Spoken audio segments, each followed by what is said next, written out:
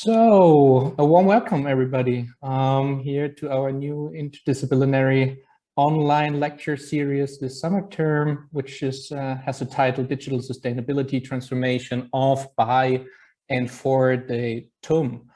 My name is Marcus, and together with our team, Lea Buchholz, Lind Rüters, Sophia Schmidt, and Stefan Wurster at the Professorship of Public Policy at the TUM, we are organizing this lecture this year together. Over the next weeks, we will host a number of guest speakers from different disciplines, different backgrounds, to discuss with you together how digitalization and sustainability matters for universities, what potentials, but also what challenges lie ahead. And what we as universities, which means we as students, we as researchers, we as staff, we as emancipated citizens can do to actively contribute, but also shape the transformations that are associated with digitalization and sustainability. Since this is the first lecture, and before I will introduce our two guests, which you already see, whom you already see on the screen. I want to say some few words concerning the organization and the format of this event. So the basic idea is that we want to make this lecture series as interactive as possible in this online time that we are living in. This means that all of you in the audience are highly encouraged to send us questions via the Q&A function, which you should find below in the Zoom taskbar. You can send us either your questions anonymously or by name. However, we will always forward the questions without referring to your name. Of course, given that time is always short, usually in these discussions rounds, we might not be able to answer all your questions, but again, we very much hope that you give us your input so that we can have an open, engaging, and stimulating discussion. All our events will be recorded, but only our guests and experts will be seen. So this is for data protection issues. We plan, however, to make all the lectures available via YouTube on our YouTube channel at the Bavarian School of Public Policy. And so if you miss one of the events in the next weeks or so, feel free to click on our website, visit our website, and there you find all the links to the videos in due time. So the plan for today is that we start now with our presentations. We will have approximately half an hour of presentations, 50 minutes each, and then we will open it up for a Q&A. Again, please feel free to send us the questions during the talk. We will collect them and then we'll forward them to our guests. We will end around 7:45 with the discussion round, and then we will another guest will join us, namely Veronika Becker, who is a student at TUM, highly engaged in developing new projects, and she will introduce one of her new projects which started just some weeks ago on Plant a Seed at the TUM main campus. So without further ado, I will now introduce our guests for today's talks, which is titled The Path to a Sustainable University, What is Being Done? What are the next steps? So the idea is to have a starting discussion about these topics. First, I would like to introduce Lara Lütke-Spatz, who is Managing Director of the Bavarian Network for Sustainability in Higher Education, a network which the main goal is to improve the conditions for sustainability at and with the Bavarian higher education institutions.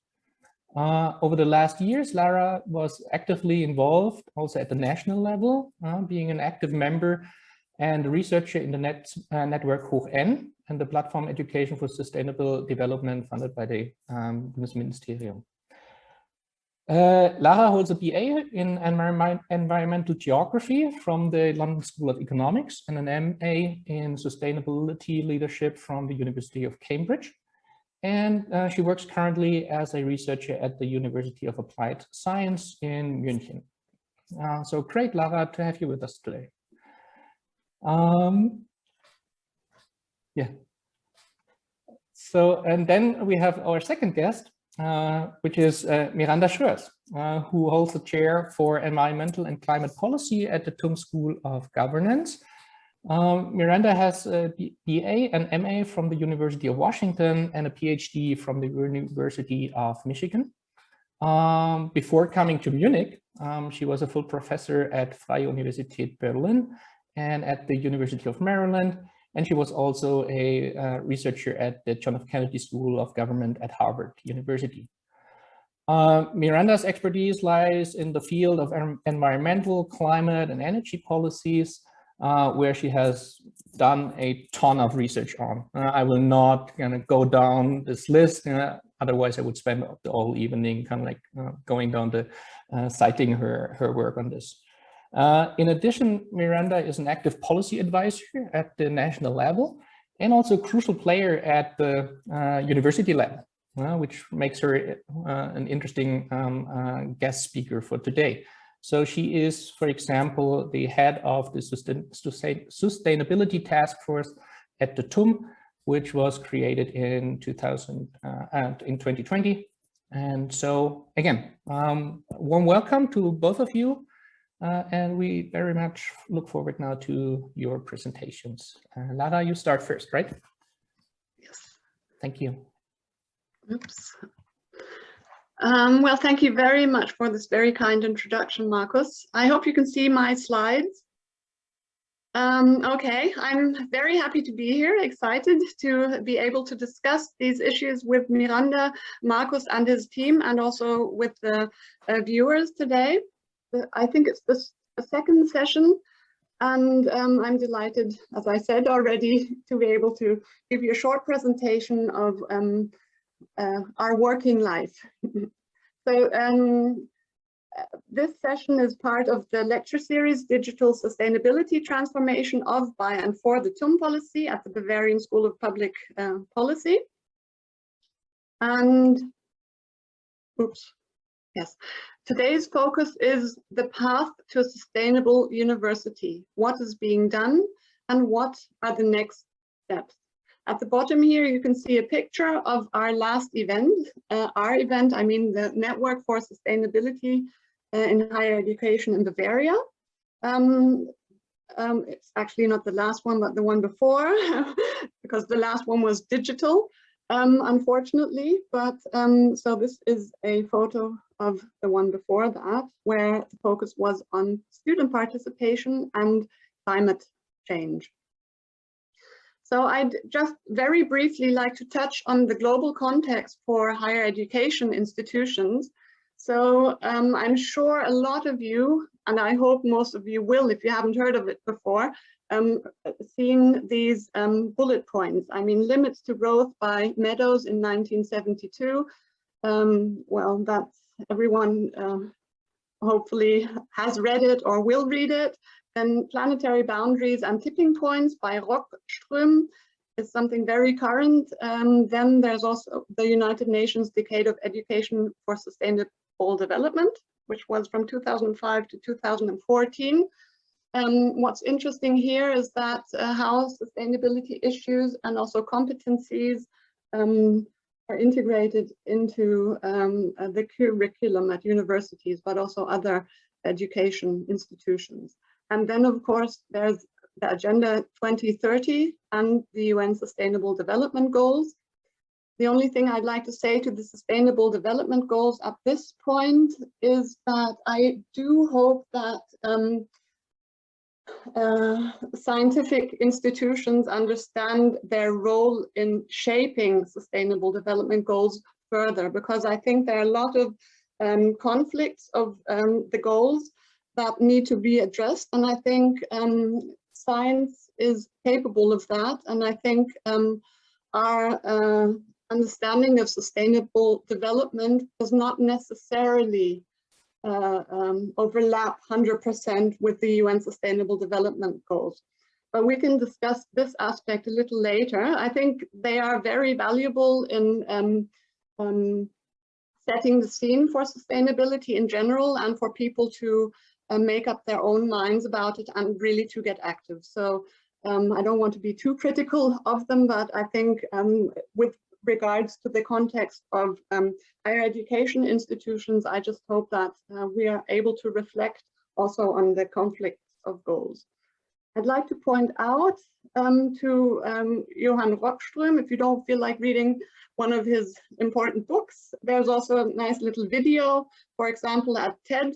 It's called 10 Years to Transform the Future of Humanity or Destabilize the Planet. He talks about the planetary boundaries and also the tipping points. And of course, what he says is we need to take action urgently, and not in 2 months, not in 2 years, but now. Okay, so the next slide, whoops, is on the framework conditions for sustainability at higher education institutions in Bavaria. It's a long sentence, but what I want to point out here is that there are certain things going on in Bavaria that are important for the universities and universities of applied sciences in Bavaria particularly. There's a lot of change going on at the moment. One is the Bavarian University Law.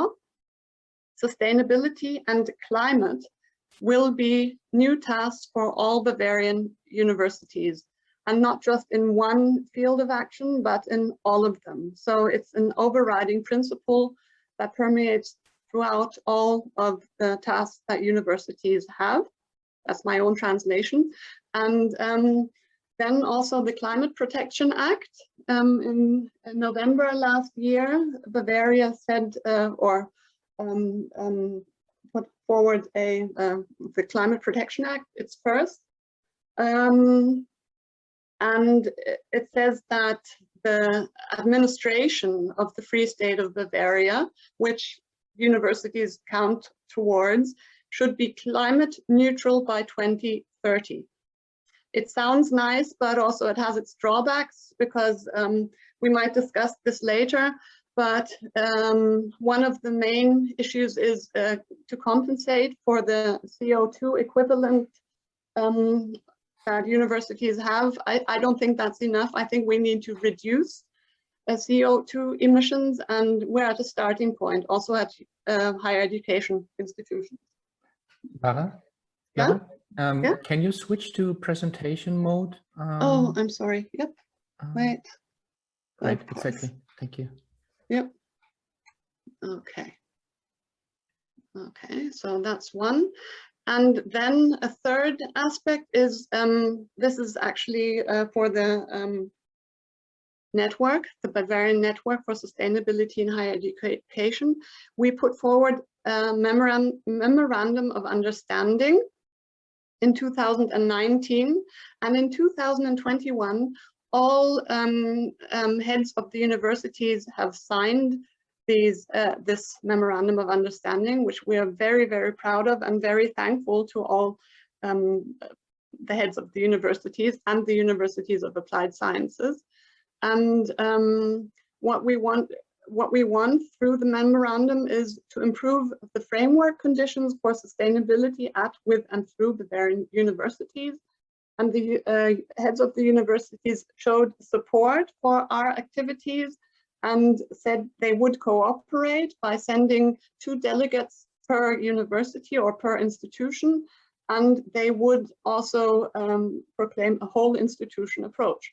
So sustainability in research, in teaching, in operations, in governance, in student activities and transfer. So everyone watching today, if you're a student or working at the Bavarian higher education institutions, your head of the university has signed something that they would do it. So, I mean, I think that's pretty good. And then there's also another project on the right-hand side, sustainability assessment. It's called, in German, Klimaarbeit. not easy to pronounce in German either, but it's a project that was funded by the Bavarian Ministry of Environment and Consumer Protection. And the goal was to develop a common understanding of what sustainability means for higher education institutions in Bavaria. It's not the understanding for sustainability, but it's a guideline so that if universities want to develop their own understanding, they can be guided by this definition or understanding of sustainability. But the thing is, it's really crucial that stakeholders at institutions are included in the process of designing their own understanding, because universities are very pluralistic, and so you can't just copy and paste an understanding from one to the other. And what we also did was we developed criteria for an inventory at higher education institutions, because if you want to, if you really mean that you want to take a whole institution approach, you need to know what you already are doing in the mentioned fields of research, teaching, operations, and governance. And from that, you develop a sustainability strategy. So just very briefly about our network. It was founded in 2012. Approximately 800 stakeholders are active in the network, mainly from Bavaria. We have a steering committee, 9 delegates from universities and universities of applied sciences, and also a student representative. We have 2 larger network events per year, then also working groups, for example, regarding governance and sustainable operations. This is where the delegates I mentioned from the universities participate mainly, and they're pretty active, these working groups. We have a memorandum of understanding also available in English, and further information you can find if you follow the links listed. These are the objectives. I'm not quite sure, Marcus, could you tell me how much time I have left, because my timer, I forgot to start it. You're still good, you're still good, go ahead. Okay, so we have a few objectives at the network. So as I mentioned, we want to improve the framework conditions for sustainability at all Bavarian higher education institutions, and we want to raise awareness and motivate by encouraging the academic debate around sustainability and the grand challenges society is facing. We want to connect people and organizations by offering a platform for exchange of knowledge, methods, and good practice examples. And we'd also be very happy to initiate and support working groups, further working groups. And then, of course, we want to contribute to creating transparency. What do the universities do? And also inform university actors about current developments, such as, for example, the Bavarian Climate Act. Okay. Oops, I can only read half of my slides. Wait, okay, so. And this is just a short extract of the Memorandum of Understanding.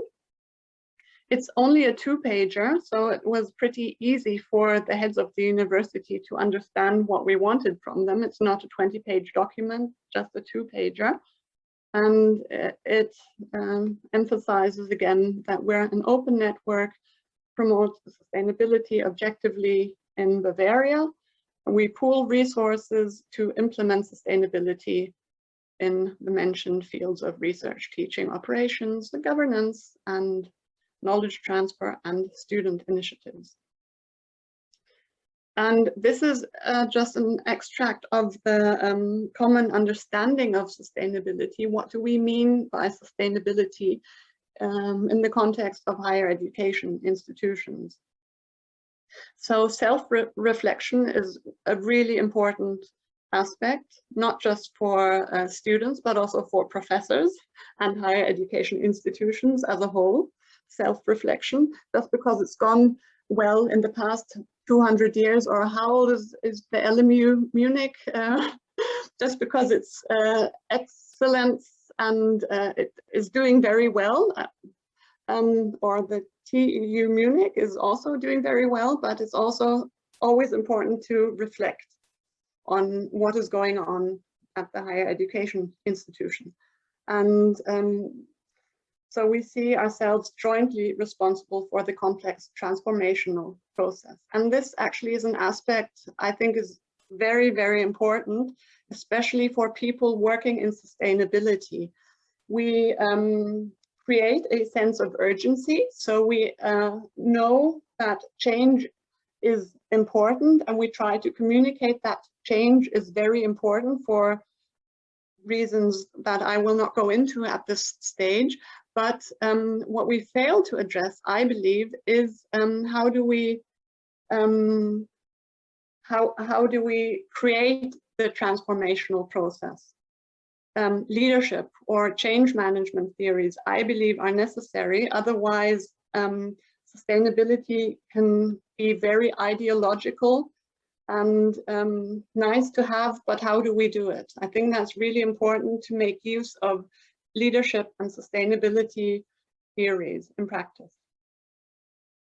And so sustainability, and this looks a bit like Brundtland, of course, but it's not Brundtland, but sustainability is perceived as an ethical principle that informs regulation and operations. It is central to the global endeavor of establishing a future-oriented social contract of sustainability for the 21st century.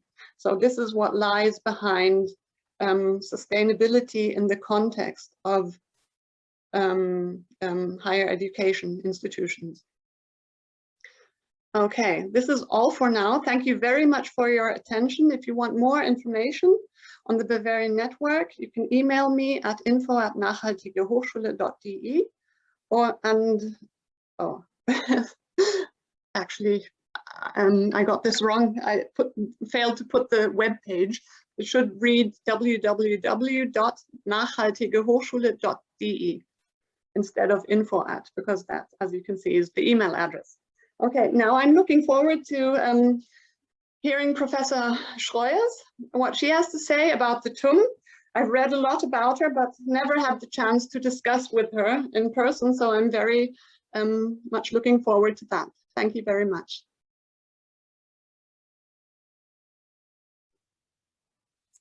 Thank you, Lara. Maybe I'll just jump right in. So let me share my screen here and say that was a terrific introduction to the topic and very helpful overview of the situation in Germany, in Bavaria, how universities are starting to be pressured also to think more about sustainability. And today I also want to talk about this topic, and I think in a sense what we're doing is creating the university of the future. So sustainability is not only something the universities should be doing to assist with climate change, biodiversity loss, inequalities, and other sustainability issues, but by becoming a university focused on sustainability, we will also be creating the university of the future. I won't spend a lot of time on this, but there are a lot of big sustainability challenges. I tend to have a fairly strong focus on those sustainability challenges that have an ecological dimension. And that is because, from my understanding on sustainability, if we cannot maintain the planetary basis, the ecological basis for all our other activities, then it's a lost game. But of course, we need to deal with poverty, we need to deal with hunger, we need to deal with education in order to be able to promote sustainability also from an ecological perspective. So I'll come back to that understanding shortly, but it is important to recognize that efforts in the past internationally to promote sustainability by European and other countries hit a bit of a wall from developing countries that said you can't expect us to be worried about forest protection, or you can't expect us to be worried about climate change when we're still trying to keep people clothed and fed, and some of our people don't even have electricity. So that's how come we've developed the Sustainable Development Goals that say this is a comprehensive challenge.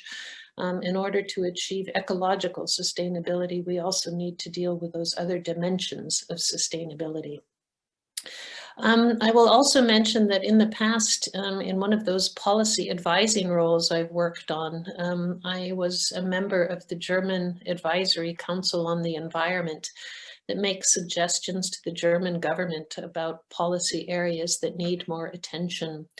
And we took this graphic of sustainability, which has environment, economy, and social dimensions in a triangular form, and said, okay, but you really have to understand that the environmental dimension is super critical. Without it, those other dimensions will not work. And I also wanted to point out that at the national level, there are sustainability strategies which have been developed. And here you can get an assessment of where Germany as a whole is at in terms of meeting some of these sustainable challenges. So for example, final energy consumption for passenger transport is a big problem area, or CO2 emissions are still a huge problem area.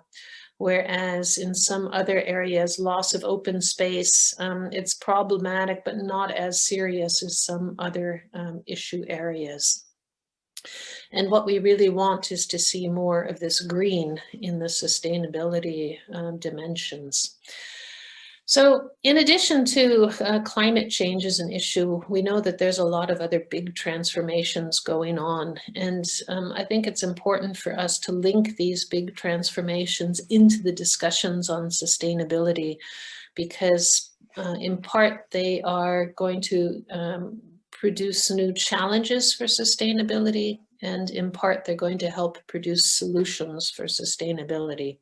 So whether it's in the realm of health with genetics and new solutions for dealing with human diseases, addressing things like the corona pandemic, which has had both terrible consequences for human health, but positive consequences for ecological inputs.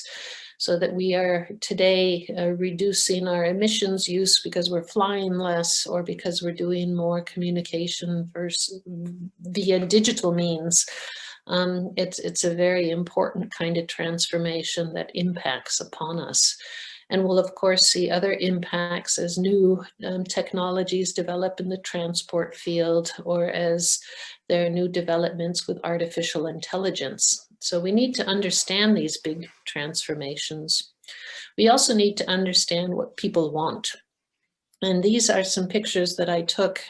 We had climate marches and we had Friday for Future gatherings right outside our offices at the HFP.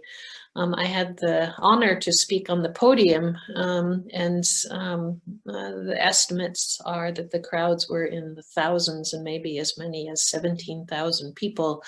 That's a pretty big turnout for demands for more action on climate change. And I think that what we're seeing at the universities is also a response to this. People have been talking about climate change, they've been talking about biodiversity loss for decades.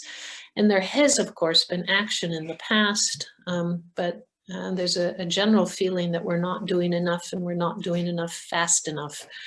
And I think we can see that also at the universities, that the universities, despite the fact that they are training the leaders of the future, have not actually been the leaders in the transitions until now. And that needs to change. We really need to have the universities front and central in this task of a global shift to sustainability. When I said there's things happening politically, it could be anything from the Convention on Biological Diversity, which has set all kinds of goals and targets for reducing biological diversity loss, to the upcoming Conference of the Parties of the United Nations Framework Convention on Climate Change, which will look at the Paris Agreement and ask whether or not our targets are sufficient. And the answer to that, I can already say, no, they're not. We need more stringent targets. We need to do more if we're going to manage to keep climate change from racing beyond our ability to adapt to it. 1.5 degrees centigrade is sort of seen as a marker, and Lara already told us we don't have a lot of time left. And we're also seeing new policy areas developing. For example, in the European Union, there's a proposal now to establish 100 climate neutral cities in Europe by 2030. And here too, I think universities can play just an amazing role. So how do I fit into all of this? Well, partly I've been working on climate change and sustainability issues since the late 1980s. When I decided to pick a climate change topic for my dissertation, people thought I was crazy, and I can tell you it was the best decision I ever made. It's a really, really exciting area to work in, as are the many other sustainability areas. And probably because I've been working on these issues for such a long time, I was asked if I would help the TUM think about what it can do in the area of sustainability. A task force Nachhaltigkeit, a task force sustainability, was established at the beginning of last year. And we've been working online, along with everybody else, to think about what would be a sustainable entrepreneurial university. The TUM could be a laboratory of sustainability solutions. There are many, many areas where the TUM can make contributions in thinking about how do we achieve energy and resource efficiency? How do we promote renewable energy development? What are the cutting edge technologies in these areas? How do we design buildings that use green recycled materials, that are passive buildings? Because this is where we have to go, not only here at the university, but globally. How do we develop low carbon transport? What can we do on the campus to promote ecological diversity in agriculture or on our campus property, so that we are contributing to a halt of the loss of biodiversity? And all of that will mean more sustainability is needed in teaching and research and in various activities, and the development of governance structures. So we are starting to see the implementation of green offices on campus, which is a real plus. And to motivate all of you, I thought maybe I could introduce a few of the projects that students have already started to introduce. I won't open these up, but you can open them up yourselves. I'll make these slides available to Marcus and Marcus Sievert, and then we can let you look at them at your own pace. But basically what we have here are initiatives the students have taken in this last year during the pandemic. And it's a way of showing that even though we are somewhat limited in our ability to do some things, there are other things we can be doing. So some students have created a podcast on the importance of green financing and how we have to get the banks to be focused more on what can be done to promote finance that is green. We have students who have interviewed people around the world on climate change and how it's impacting their lives. It's a nice little video, 100 Voices, One Planet.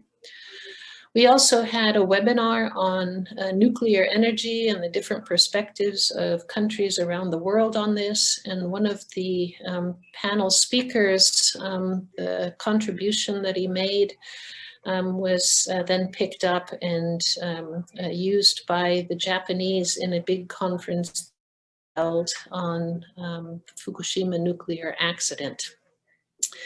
And just a few other kinds of student projects that have emerged in the last year that are pretty cool.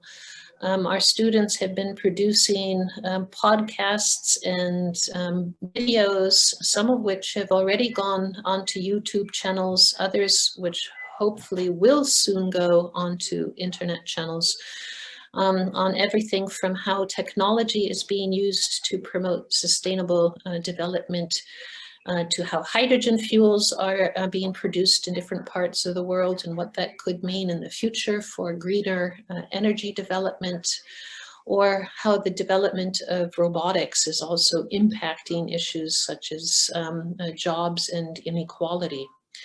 And I also wanted to point out that several of our students as individuals have had huge impacts already. Gloria Amoroso is one of our students who is working on her PhD and just won the Bundesdienstkreuz, that is the award from the German president for service to the country for her work in supporting disadvantaged children. Or Arwen Colel in the middle here, I forgot to write her name, but she's holding her award. She won the award for her research into community energy. Or Sena Yagmekdukte, who is of Turkish descent and during the Corona time created a webinar to help teachers with thinking about how to provide education to children over the net during the Corona times. So you can see already that our students are having impacts, they're contributing to sustainability, but there's of course much more that can be done. And here's just one more example. One of our students, Sarah Plattner, did her internship at the clinic right of the ISAR, that is the Health Medical Institute of the Technical University of Munich. And what she was doing during her internship was helping the clinic think about what it can do to promote sustainability. And so some of the things she did was to create information sheets where she passed those out to all of the workers at the clinic to point out what they can do to reduce energy use from their computers, or where she created another information sheet where she talked about what can be done in terms of climate-friendly nutrition. And so she, through her internship, was trying to have an impact on one of the TUM campuses. And that is some of the kind of stuff that we need to have happen if we're to reduce the ecological footprint of the technical university. To do this, we also need to determine what the energy footprint is, whether that is in terms of energy use, waste production, emissions, chemical use, what we eat in the cafeteria, the waste that we produce, the cleaning materials we use, or the transport modes that we as faculty and staff use to get around. So we need to work on establishing sustainability goals for the university, which is something the task force is working on now. We'll need implementation plans. We'll need to determine priorities. That means we also need to convince the administration of what we are doing, and we'll have to have monitoring and evaluation systems. I do have a few more slides, but I think I will stop because probably we're running out of time and it would be good to have some discussion. Thank you very much for having a eye towards the clock, Miranda. Awesome. So thank you both for these interesting introductions. I have several questions already in the F&A section, but I invite all others now to send me some more questions. Also kind of like that I can forward to the others.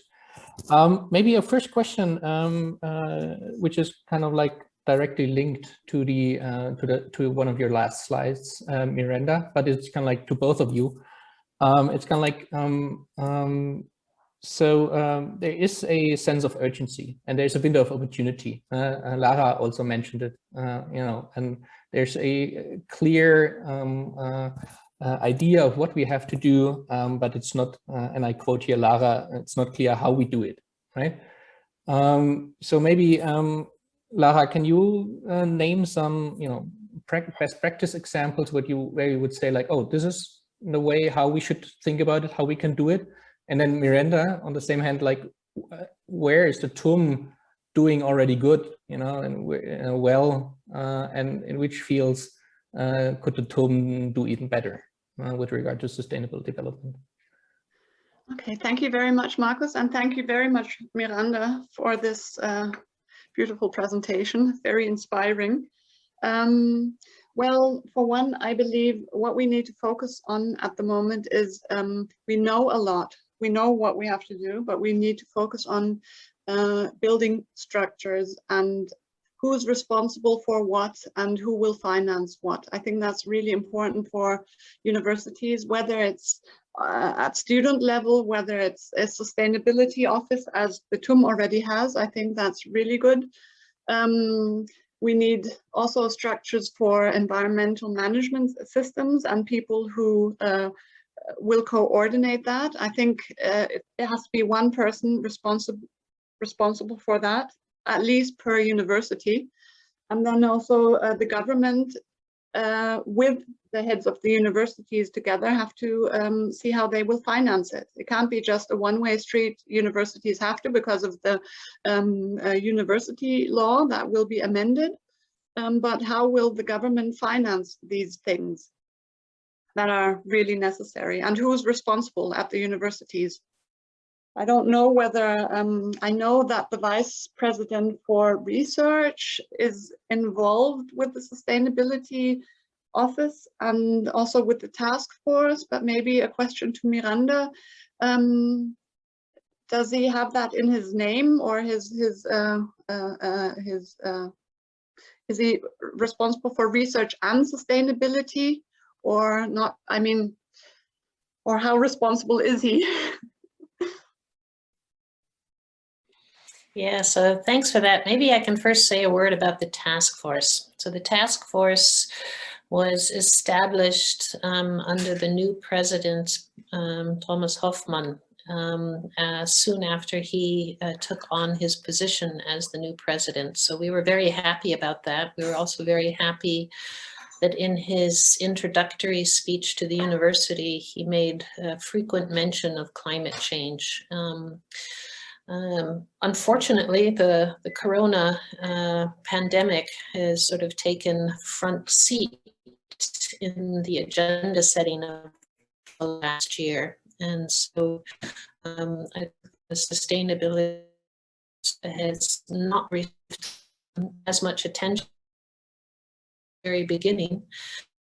And this is hopefully something that will change, that we will have more attention to sustainability in the coming months and years. One aspect of that will really be what you said, the question of where is sustainability in the priority of the university also has to do with if governance structure exists around it. Vice President Kramer has sustainability now as one of his areas of activity, but it's not in his title. There is no vice president for sustainability, which is something that certainly every university should be thinking about. There should probably be, as we have in some universities, a provost for sustainability or a vice president for sustainability. The issue is that big and that important that it really needs very strong attention. And what you said about funding is also really true. We need to have a dialogue with the government to make sure that there's the funding available to make many of the more infrastructural oriented transitions that will need to happen. But in the meantime, there's also a lot that can be done. And that's, I think, where a group like yours can really start here, Markus, to think about what are some of the steps where you have a lot of co-benefits, where you have win-wins. Reducing energy use is saving the government money and saving the university money. Reducing resource use, saving everybody money, having positive climate impacts. It's having positive biodiversity impacts. Getting more people walking, bicycling, and using public transport, right? So we need to be doing parallel things. And that's what makes this area challenging, but also fun to work on. And Miranda, may I ask you one more question about the task force? If okay with you, what exactly does the task force do? What has it done, or what are you responsible for? Because you have a sustainability office, you have a vice president, you have a task force, students are involved, there's a green office at the TUM. How does the task force fit into this, and what is your role? I think you're the head of the task force, right? Right. So the task force was established before the Sustainability Office was formed. And in that time, we created a draft sustainability plan for the university, which was sent to the Presidium, and in a sense, we're kind of waiting for a reaction from the Presidium on our task force report. In the meantime, we've also, as a task force in collaboration with the new sustainability manager and Vice President Kramer, talked about the need to perhaps rework our report somewhat and develop it further. So right now we're looking into developing a proposal for support for a climate manager on the campus, and the creation of further green offices. Right now it is the Straubing campus that has a green office. Ideally, we would have green offices in all campuses of the TUM. Ideally, we would also have a green office that is overarching, whether that's in the form of a single office or a network among the offices. But a lot of the issues that need to be addressed go beyond any specific campus. So they're, larger issues. And then there are the specific issues to, a campus that has laboratories and chemicals has perhaps somewhat different needs than a campus that is dealing primarily with agricultural kinds of issues. One direct question with regard to the sustainability task force also was kind of like whether the draft plan is available for the broader public. Unfortunately not. We were asked not yet to share this with the larger public, but I hope that we can change that soon. The task force is putting pressure now on the university in this area because we also feel that it's been quite some time now, and it's time to really have a public discussion about where we're going. And in fact, something we also talked about with the students and the student representatives in the task force is having a larger student conference about sustainability, where we also discuss from the perspective of the students what they think needs to be done, how they can participate in helping things happen, and maybe also to critique our work and think about what could be done better. Another question from the audience was also to both of you. Would you agree to the statement that Bavarian universities have not enough leverage to decide on many issues? So because kind of like the government has too much to say in many areas, and whether that's kind of like what the Bavarian government would need to do in order to make universities more sustainable. Would you maybe also wish the government to do? Maybe Lara. I do believe that the universities have a major role to play. The heads of universities are very influential, but as we have seen in the past 2 years, students make a major difference.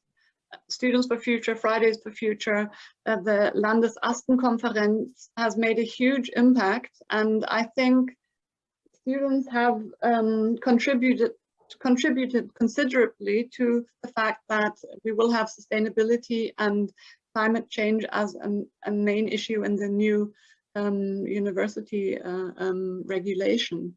So I think students must be aware of this. They can exert a lot of pressure. And I think in combination with professors or other people that are interested in sustainability at the universities, for example, you, Markus, I'm sure you can make a difference. And well, what I think is actually necessary is a way to, let's put it nicely, make sure that what is said is done. For example, it's called Zielvereinbarungen in German.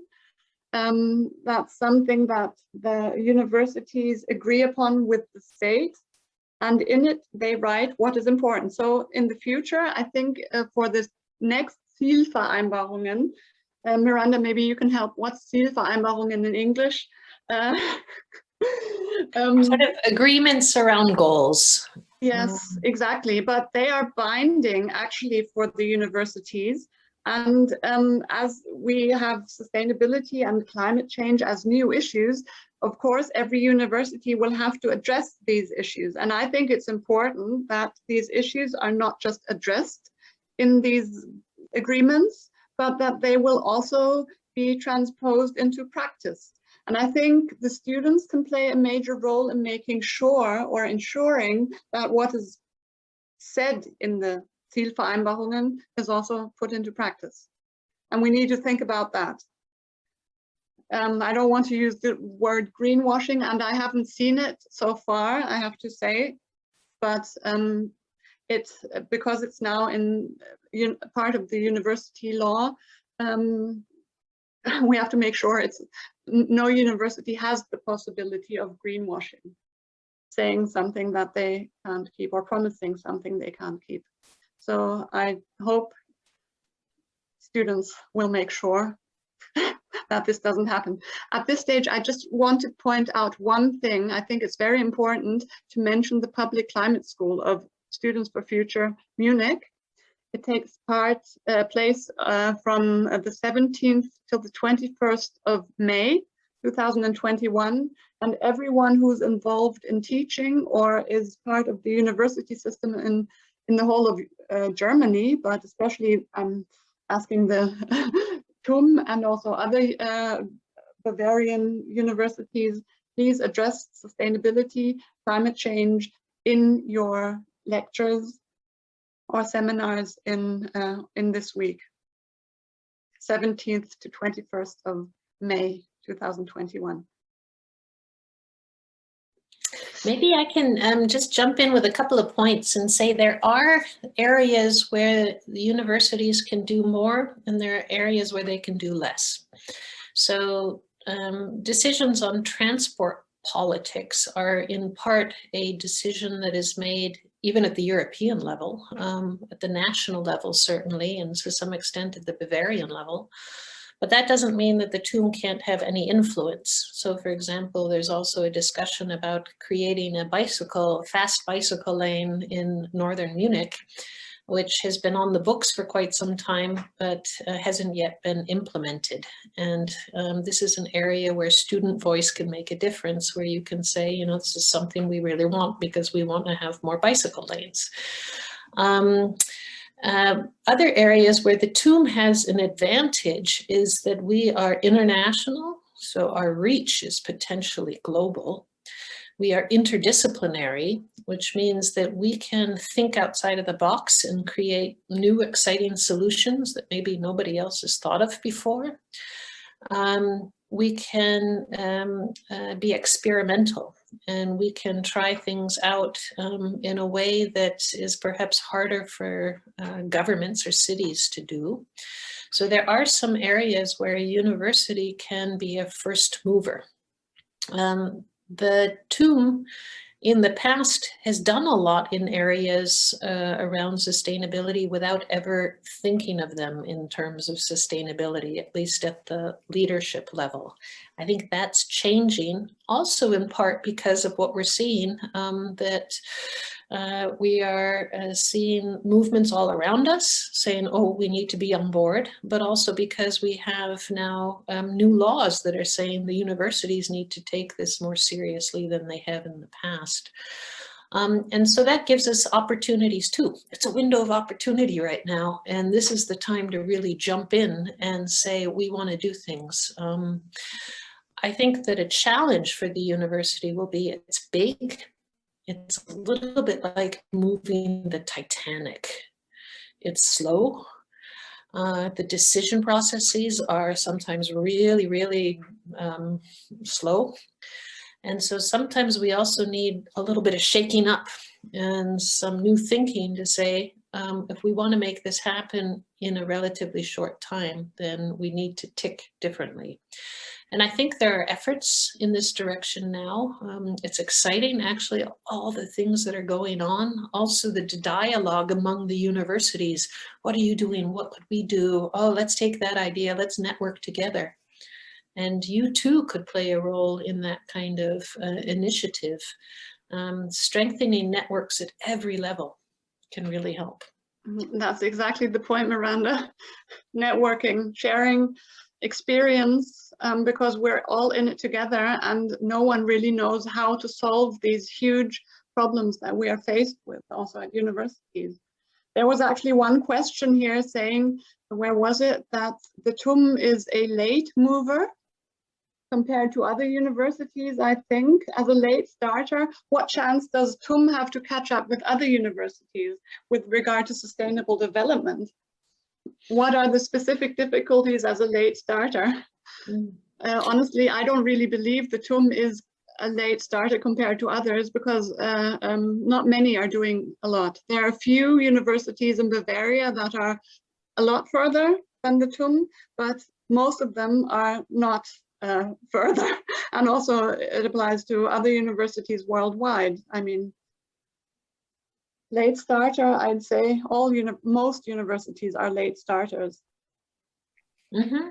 Two late starters. But maybe to jump on that, could you still name kind of like, so if you want to point out role models, where would you point at?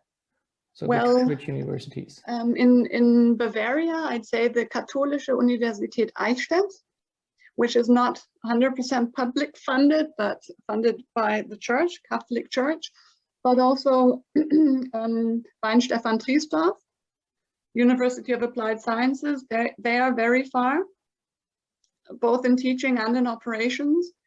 For example, they are implementing EMAS Plus, both of the two mentioned institutions, which is a sustainability management system. And well, Germany-wide, the obvious is Leuphana, Lüneburg University. But I have to say about Leuphana, they were pretty clever. When Leuphana, it used to be a University of Applied Sciences, and it was going kind of bankrupt, so the tail. And then they decided, okay, what can we do? And they decided, okay, we'll focus on sustainability. And so they saw the crisis as a chance to change something, and they did it very well. But I think the FU Berlin is doing very well also. I think Miranda would agree. And they are also part, as the TUM, part of a consortium, an international, I always forget the acronym, sustainability. And Miranda, do you know the acronym? ISCN, I think, International Sustainability Network or something. Exactly.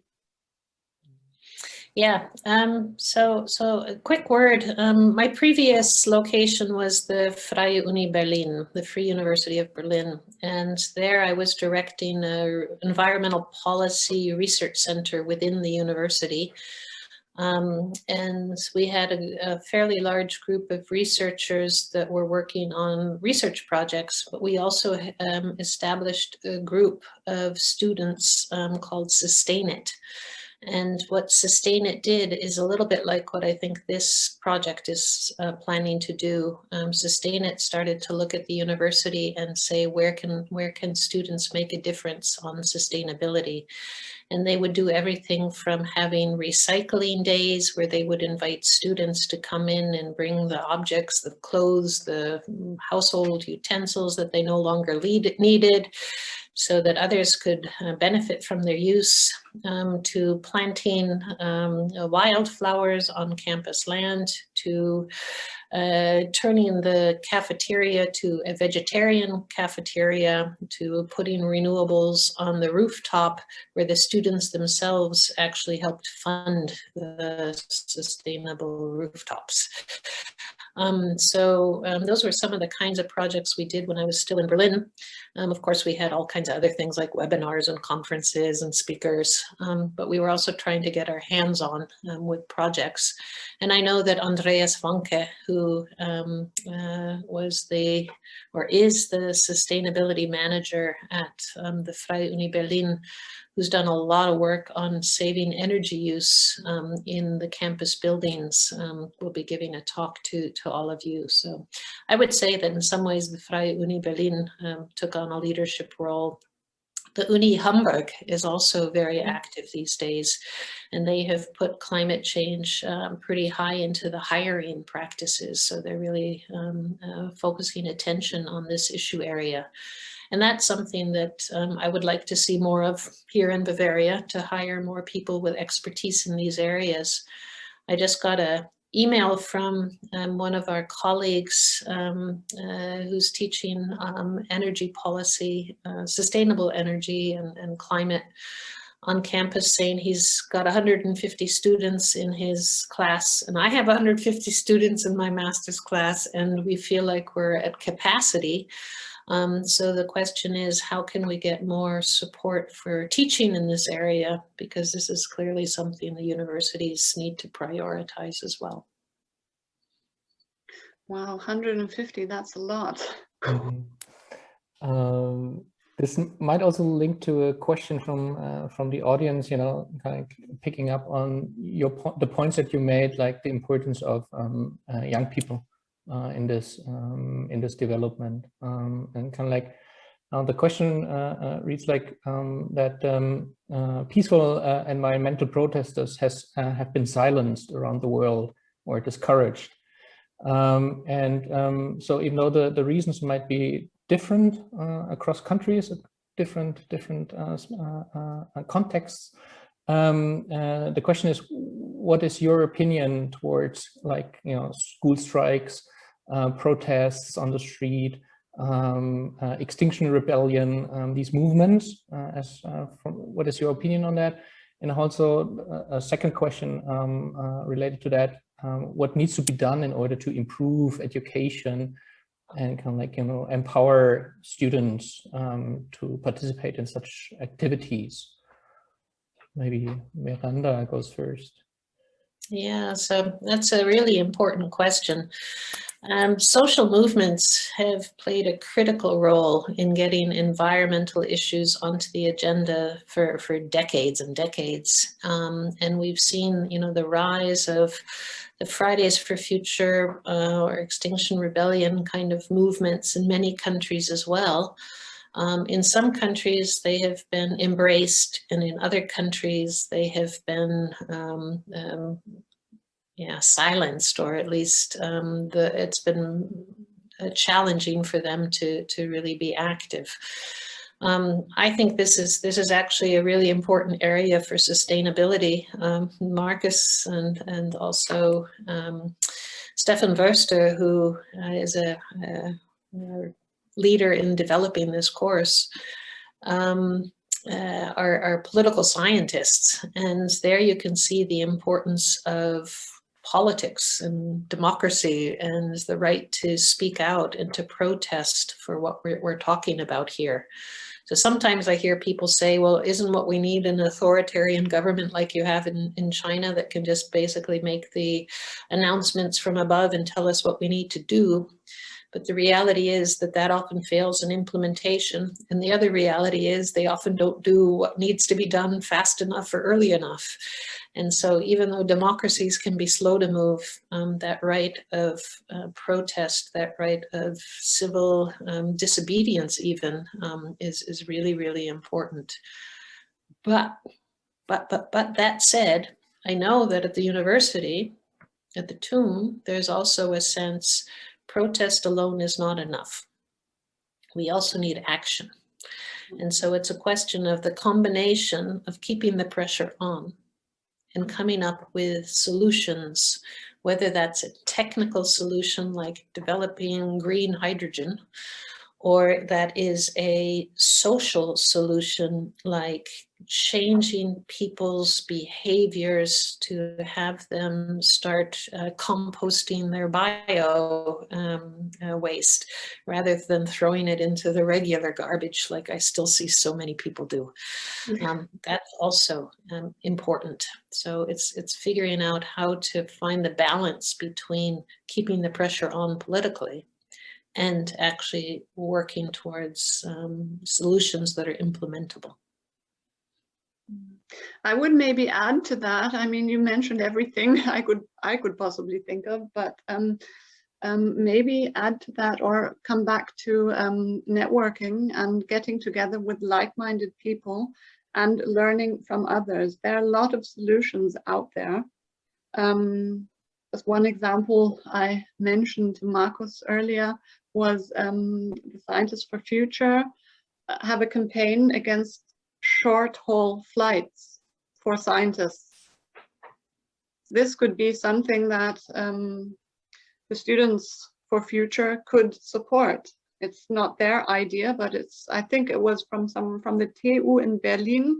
The professor started the whole notion, but that's something our universities could consider promoting, maybe. I mean, it's a sensitive issue, of course, because scientists need to, and some believe they need to, fly to every conference around the world because that's what they're evaluated against. How high are their publication rates, and how much funding do they attract? But still, I think this is something that could be supported. One example. We had an interesting dialogue between the leader of the sustainability group at Harvard and the TUM. We invited William Clark, the professor at the Kennedy School, to give a talk. And he had flown to Sweden, but then decided rather than come to the TUM by a plane, that he would take the train from Sweden to here. And one of the big challenges was getting that train ride funded, paid back, because it was more expensive than an airplane would have been. And that suggests that we need a change also in the legal structure that says actually what should be funded is the low emission option rather than the technically cheapest option, which may only be cheap based on one indicator and not on the climate change or environmental impact indicator. So we really— I think this is one positive aspect of the Bavarian Climate Act, that this is one aspect that a scientist can choose a public transport over flights. This has changed, I think, if I'm not mistaken. Yeah, and you're absolutely right. Probably at almost all major research universities, the single biggest source of emissions is the flying that is done. Students flying internationally to campus and faculty flying to conferences. And then the second biggest user of energy tends to be associated with the chemistry labs because they're very intensive users of energy. And of course, old buildings and things like that. Those are things. Energy is simply still much too cheap. We have 5 more minutes, something like that, and maybe time for at least one, maybe 2 questions related to, maybe to the last point that you talked about. Where do you see the biggest impact that the Corona pandemic had on sustainability, either for the good or for the bad? I mean, we could say like you know, not going to university, to conferences over the last year or a year and a half, might have changed, or might have like formed the basis for such a change also, in a sense. But could you think of other developments that the pandemic had on sustainability issues? Go ahead, you start, Lara. Well, there's a hope I have, and that is more modesty. I hope humans understand that nature will always be more powerful, maybe more clever than humans, because the pandemic is something no one foresaw, or I mean, some people did, of course, foresee it. The way we treat nature, nature will fight back. And this is what has happened through the pandemic. Okay, this is a bit more abstract, but I think the corona pandemic has taught people to reflect a bit more on their impact they have on society as a whole, on nature as a whole, and to be more modest about it all. We don't rule the world, nature rules the world, and if we don't treat it well, this won't, I mean, we all know this won't be the last pandemic, but well, I hope we have more modesty. But I think one point, of course, we've discussed it today, is mobility. Today we're not present, we're not able to discuss things in person with each other, but I, at least in my working environment, I have many more meetings than I did before, because something that I didn't think was possible is now possible. That's due to Corona, Zoom meetings and so on. And I think also in education, it has increased access to education, at least in Germany. University courses are free, and I experience in my courses international students coming in. If the lectures are in English, or if the seminars are in English, then I have many more English or foreign speaking students than before, because they don't have to be here. And yeah, and I think networking is also, it's taking a different toll in a way. Okay. Maybe there are many things one could add, but these are just a few things. Yeah, I think certainly we have all learned so much this last year about different ways of communicating, how to make the best of a bad situation. And in this way, perhaps we've also learned a few new things, that we can have a lot of meetings online and save both local and long distance transport that way. Like Lara said, that we can have impact in far corners of the world. There are days that I have international conferences in 3 different continents in one day. And you could never have done that if you were doing it all physically. So I jumped from a meeting in Europe to a meeting in the Middle East to a meeting in Asia. It does mean that you're not sustainable in terms of your workload, but you are more sustainable in terms of your ecological load. And I hope that those are things that we will continue with and even get better at in the future. You know, we're seeing new apps developing. We are seeing ways that we can dialogue better than this webinar format, you know, where people actually are chit-chatting with each other. So hopefully in the future we'll have maybe we'll have 3D lenses that we can put on and even feel like we're in the room together. So I think in the next few years we're going to see this develop even further. And I wouldn't be surprised that, at least for a while, that our travel is reduced in some parts, in some ways. Some companies will probably even start shifting towards work at home a couple days of the week, because a lot of people seem to like it as well. Okay. Maybe now the final question, and I ask you maybe for a brief answer.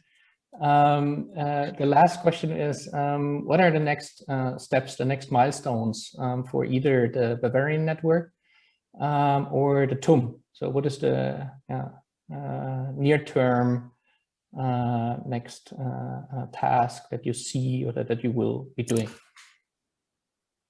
Well, maybe I'll start real quickly and then give it to Lara for the last word. Awesome. I think for the Sustainability Task Force, it is developing a climate plan and a sustainability plan, and getting approval from the university for the prioritization that we see as important. What are the first steps to take? Some of those steps are already probably being taken without being in the plan yet. So some really big research projects are currently getting funded. The TOOM M-Cube project looking at sustainability in the transport sector for the Munich area, or research into emission levels. So there's some things happening already that'll probably be written into the plan, but there are other things where we need the support of the administration and maybe even the Bavarian government. For example, the establishment of a green campus in Garching, or the establishment of renewable energy projects, geothermal or wind, creating a wind turbine on lands in or near the TOOM. So these are some ideas where I think we still need to discuss as a task force, but we're also very happy to get input from students. Lara. Well, our network, we need funding also, because we have a lot of things to do, a lot of work, and it's with the little amount of time we have, it's very difficult to accomplish things. But we would also like to see, for example, funding for universities, the so-called Zielvereinbarungen. So the agreements between universities and the government, we need to focus on those and do a lot of lobbying, I think, on both sides, both the universities, but also the government. So it's something they need to do together. And I hope that the students will support us in making sure that what is said will be done at the universities. Personally, I would like to see a sustainability or actually a climate change manager or an environmental manager coordinator at every university in Bavaria. That's my vision, my personal vision, because I think universities have little incentive with the current circumstances to reduce their impact in operations. And I think this would be very helpful if the government would fund one person per university at least who is responsible for coordinating measures to reduce the impact in operations. That's one aspect, but there are many, many more, of course. Of course. You and only have one wish. You have only one wish. So okay. So that would be one wish. Okay. Exactly. So thanks to the two of you. Many thanks. And in the meantime, our third, special guest entered the room. Veronica, maybe you can switch on your camera. Hi, Veronica. Maybe I directly hand over to you, and you can, much better explain who you are, what you're doing. Amazing new project that started some weeks ago. So please, you should be able to share the screen. Mm-hmm. 1 second. I hope you can see just a plain screen right now. Mm-hmm. And yeah, do you see the presentation in presentation mode? Yeah, works perfect. Perfect. Okay, maybe first something to me. I'm Veronica. I'm a master's student in environmental engineering. And yeah, I started Plant a Seed a couple of months ago. And I'm so happy to tell you more about it today. And yeah, a big thank you to Marcus that you give me some space here to introduce Plant a Seed to you. I'm going to dive right into. So before I'm going to tell you all about the Plant a Seed mission, vision, our goals, what we want to do, I would like to ask you just a mini question. when was the last time you were digging in soil and yeah, maybe picking some mushrooms with your family, or let's say unintentionally connecting with our Mother Earth? And yeah, while are you thinking about this question, I would like to start telling you what Plant a Seed is. So Plant a Seed is a pilot project for the next 4 years, and hopefully with extension. Yeah, Plant a Seed is basically some campus gardens that connect the sectors water, energy, and food, with the intention to create a circular economy within the university. And yeah, as who are we? So at the moment we are I think 72 students now, coming from all different fields. And yeah, most of us are in the environmental department of the student council, but not all of us. And it's just carried out through the environmental department of the student council. We're strongly supported by Tobias Michel from the sustainability office, and also from the Center of Land, Water and Environmental Risk Management. And at the meantime, there are several other chairs supporting us with supervising thesis and study projects. Why are we doing this? Well, there's no Planet B. From a student perspective, I was honestly a bit tired to develop amazing theoretical concepts that look great on paper, and yeah, using all our courses to develop all these theoretical things, but never really transform any of them into, yeah, a really practical experience or a real project that we have on campus. So I wanted to create a project that gives students the opportunity to really do hands-on, to use our knowledge that we have gained in several lectures, and yeah, to transform them into practical measures for sustainability. How are we trying to transform all of this? Well, at one point I realized that TUM has all resources given. We have 42,000 students. Obviously not all of them will participate, but if only 1% will participate, we have over 400 students, and we're 72 people now, and we're growing weekly. So I think we can definitely reach the goal of 1%. And we also have the study expertise. There are so many different chairs and yeah, so many different study fields that can all contribute their knowledge. And for example, the hydrogeology chair will give will supervise us with irrigation strategies. The architects can help with designing the raised beds. The informatics students can develop apps and so on. We have a list for like all kind of students. So yeah, everyone can participate. We have it's a really big project, and for this reason we have put them in different steps. We call them 4 stages. These are our short-term goals. We also have long-term goals.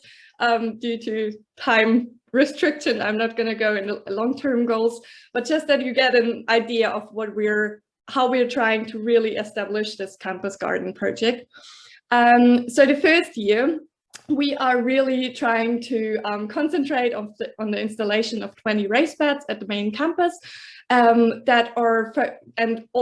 the raised beds, we want to plant everything with permaculture.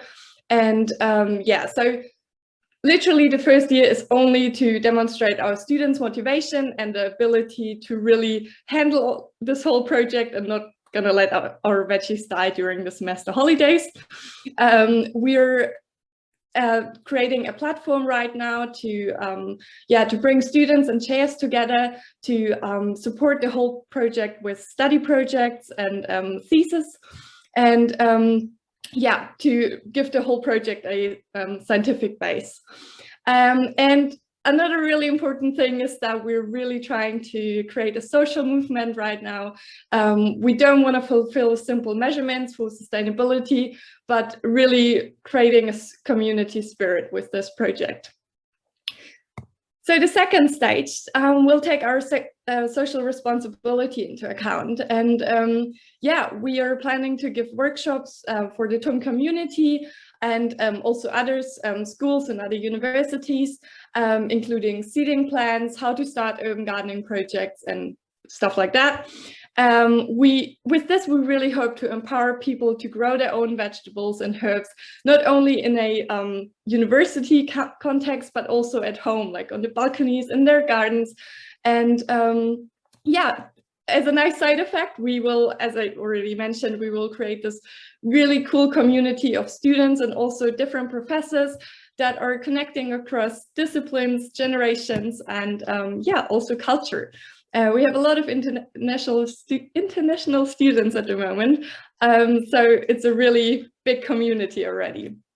And yeah, as another nice side effect, it's super cool. The gardens will look nicer. At the moment, the whole campus is super sealed and super gray. So this will bring some green onto the campus. And yeah, so it's just a nice place also to hang out with. The third stage, we will develop professional concepts for other universities and schools and networking, yeah, all urban gardening projects within Munich, but also within globally, so that we're really working towards sustainable cities. The fourth stage will focus on an improvement of harvest increase. We will expand to other TUM locations, and yeah, we're also formulating first business concepts. One of our super big goals is to establish organic farmers markets on campus, and also, yeah, pilot the idea of supplying the demand of TUM students and staff and uni canteens. So this is one part of the long-term goals.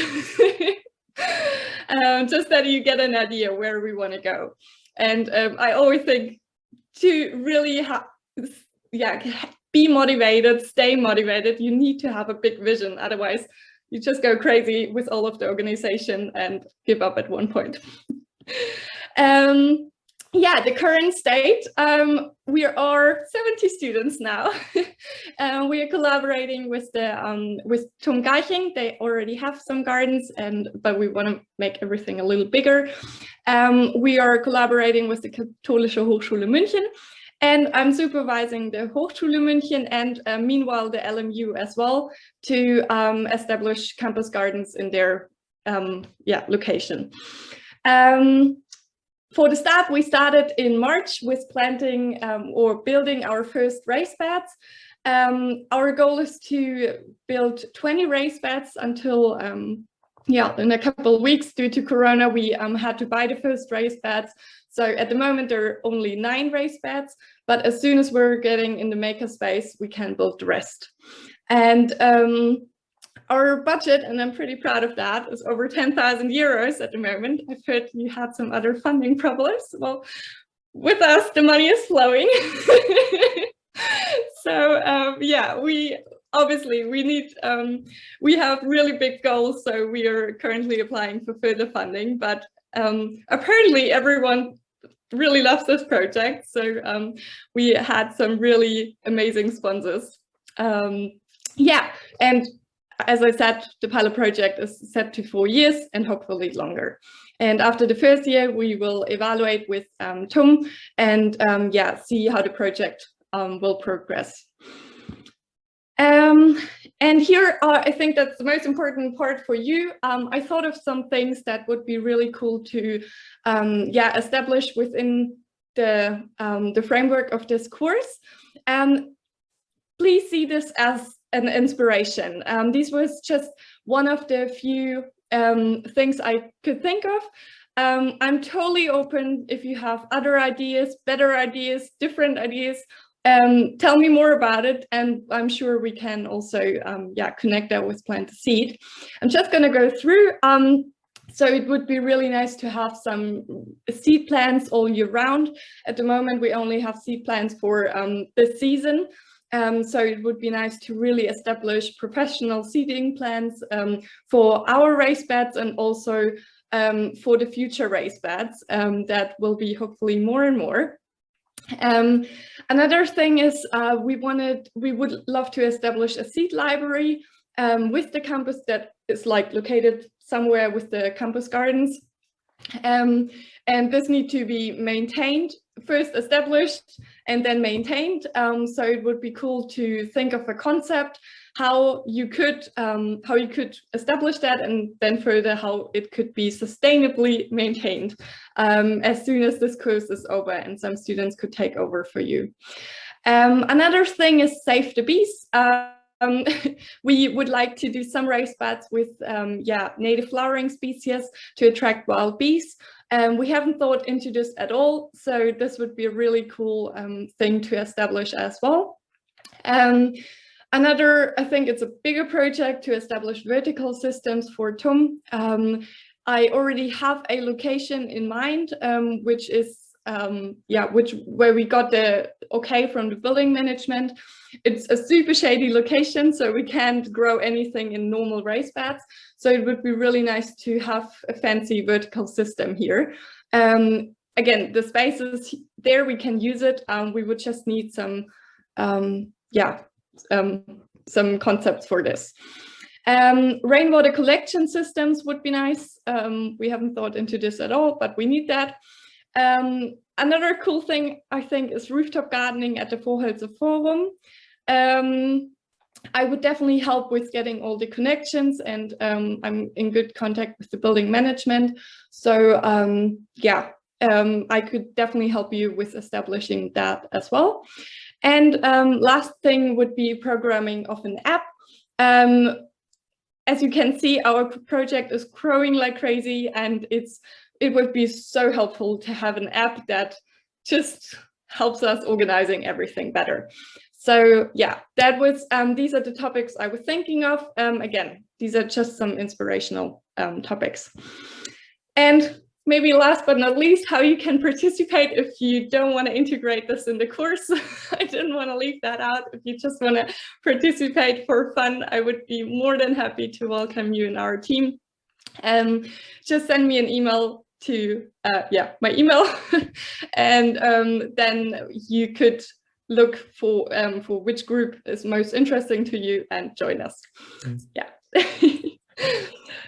One of the important questions in the chat was, and it's linked directly to that slide. Are you able to participate without being a TUM student, or? Yes. So, sorry, I didn't see the chat. I just saw it. No. Yes. So we are establishing a cooperation with an external, let's say, area. And here I thought it would be great to bring everyone who's not a student, that they could help out there. At the moment, for the campus gardens, it's important to be a TUM student because of Versicherungsgründen. Yeah, so at the moment, yes, but we're working on other cooperations outside uni, and then we could integrate non-students. Thank you. Do you have another slide, or no? Sorry, I'm done with my slides. Perfect.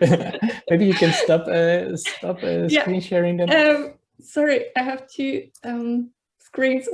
I'm a bit overwhelmed. So, okay, sorry. So thank you very much. Thank you very much to all of you. I think this was an awesome start because kind of like it set the stage, you know, how we plan to do this. Kind of like having experts invited to speak from their fields, having, you know, super motivated students showing their projects. It directly links, I think, to many topics that Lara and Miranda said. Kind of like, we know what we have to do, we need to get it done, right? And this was kind of like a prime example also, how to get things done on campus with young people involved, a lot of motivation. So thank you, Veronica, for bringing that additional power to our session today. This being said, we are all a little bit over time. Thank you very much to all of you who participated in this first event. Thanks, Miranda. Thanks, Lara. Thanks, Veronica. Thanks to the audience. Next week, we will have Florian Rampelt, who will talk about the other, mega trend in our title, namely digitalization and sustainability and universities. So we look forward to this. Follow us on social media, follow us. You can see the program on the webpage. We will update you also about the progress of Plant a Seed. We will connect, of course, with Lara and the Bavarian Network, and Miranda, of course, will always be part of our endeavor and our enterprise throughout this next year, right? So again, thank you very much, and have a nice evening. Bye.